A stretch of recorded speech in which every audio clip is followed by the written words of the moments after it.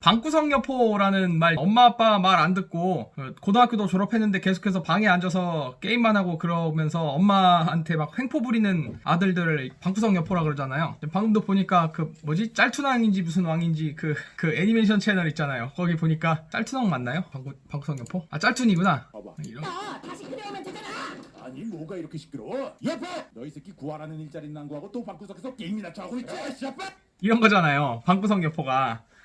이런 집들 공통점 뭔지 아세요? 엄마 역할, 아빠 역할 못하는 사람이 뭐 그거는 집집마다 가정사가 다르니까 내가 할 말이 없고, 방구석 여포라고 하는 사람들이 가끔씩 이렇게 그 만화라든가 뭐 영화라든가 무슨 다큐멘터리에서 희화화돼서 나오는데, 그 장면을 볼 때마다 정말 통일적인 장면을 봐요. 뭘 보냐면 방구석 여포가 쓰는 책상 있죠. 책상이 전부 다 벽을 보고 있습니다. 공통점이죠. 나머지에 대해서는 집집마다 다르고 내가 남의 집에 대해서 할 말이 없어요. 그런데 방구석 여포가 앉아있는 모든 집들은 전부 다 자식들 책상이 방 쪽을 바라보고 있어요. 일단 첫 부모가 정상적인 직장에 취직을 해본 적이 없어서 책상이 어디를 향하고 있는지에 따라서 학습이나 업무의 효율이 달라진다는 거를 전혀 모른다는 거예요. 저 같은 경우에는 첫 직업이 은행원이었고, 제가 처음으로 받았던 데가 일본 도쿄 시나가와라는 동네였는데, 신규 개척을 하러 가면은 법인 고객이니까 뭐부터 보냐면 책상 방향을 제일 먼저 체크합니다. 사무실에 있는 모든 책상이 다 벽 보고 있잖아요. 그런 회사는 회사가 아닙니다. 서로 커뮤니케이션을 안 해요. 같은 회사에서 일을 하지만 각자 다른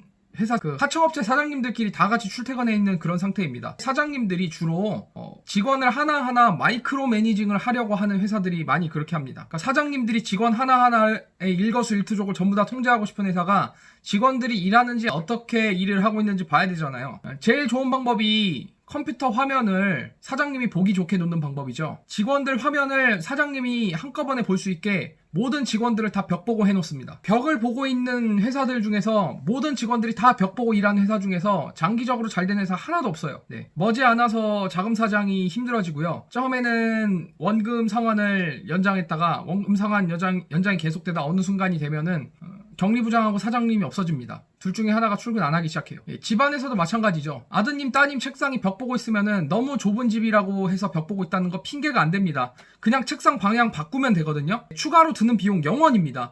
방구석 여포가 벽을 바라보고 게임을 하고 있어요. 그러면은 방구석 여포가 벽을 바라보고 게임을 하고 있는지 아닌지를 아버지가 수시로 방문을 열고 들어와서 감시를 하는 겁니다. 동기부여 설정이 잘못돼 있어요. 그러니까 아버지나 어머니께서 자식분을, 아드님이나 따님을, 아들이나 딸이 무슨 행동을 할지를 전부 일거수일투족을 다 통제하다 보니까 이 자식에게 자율성이라는 게 있을 수가 없습니다. 이런 자식이 혹시나 운이 좋아서 좋은 대학에 진학을 해서 졸업을 해도 마찬가지로 방구석 여포 또 됩니다. 왜냐면은 어렸을 때부터 계속해서 방구석 여포가 될 수밖에 없는, 벽을 바라보고 있는 인간이 가지고 있는 본능 중에 하나가, 내가 보지 못하는 곳에서 어떤 물건이 튀어나오거나 다른 움직이는 물체가 나오면은 그게 나를 공격할 수 있다는 원시 시대로부터 이어지는 본능을 자극하거든요. 그래서 적대적으로 나가는 거예요. 이거 딜링룸에 계신 분들은 이게 뭔지 알아요. 블룸버그잖아요. 블룸버그 거울인데, 이렇게 맞춰놓고 뒤에서 누가 나 바라보는지, 자기가 보이지 않는 영역에 대해서 적대적으로 반응을 하는데 그 자리에 엄마 아빠가 서 있는 거예요. 그러면은 방구석 여포가 그걸 보는 순간 어떻게 생각을 하겠어요?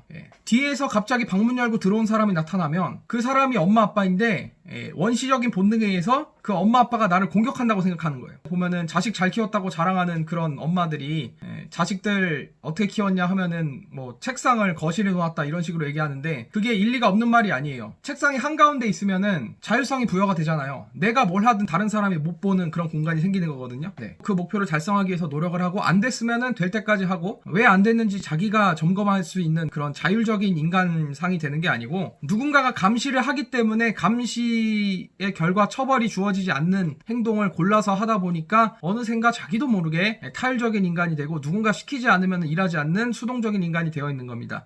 그 경영학이나 행정학 같은 데 보면은 X이론, Y이론이라고 하잖아요. 인간에 대해서 어떻게 전제를 하고 사람을 컨트롤하는지. 자율적이지 않은 인간과 자율적인 인간의 차이를 가지고 처벌의 기초에서 움직일 수밖에 없는 동기부여가 설계되어 있는, 태어나서부터 누적되어 있는 동기부여 자체가 잘못되어 있는 자식인 경우가 굉장히 많고, 혹시 여러분 다니는 회사가 어떤지 좀 여쭤봐도 될까요? 제가 지금 제 동영상 보고 계신 분 중에서 처음으로 출근했던 회사가 벽 보고 있으면은, 그 책상이 벽 보고 있으면은 퇴사 준비하라고 메인 채널에는 있는데, 그거 유료로 돌려놨으니까, 1년 전에도 그렇게 말했지만 지금도 똑같이 말할 수 있습니다.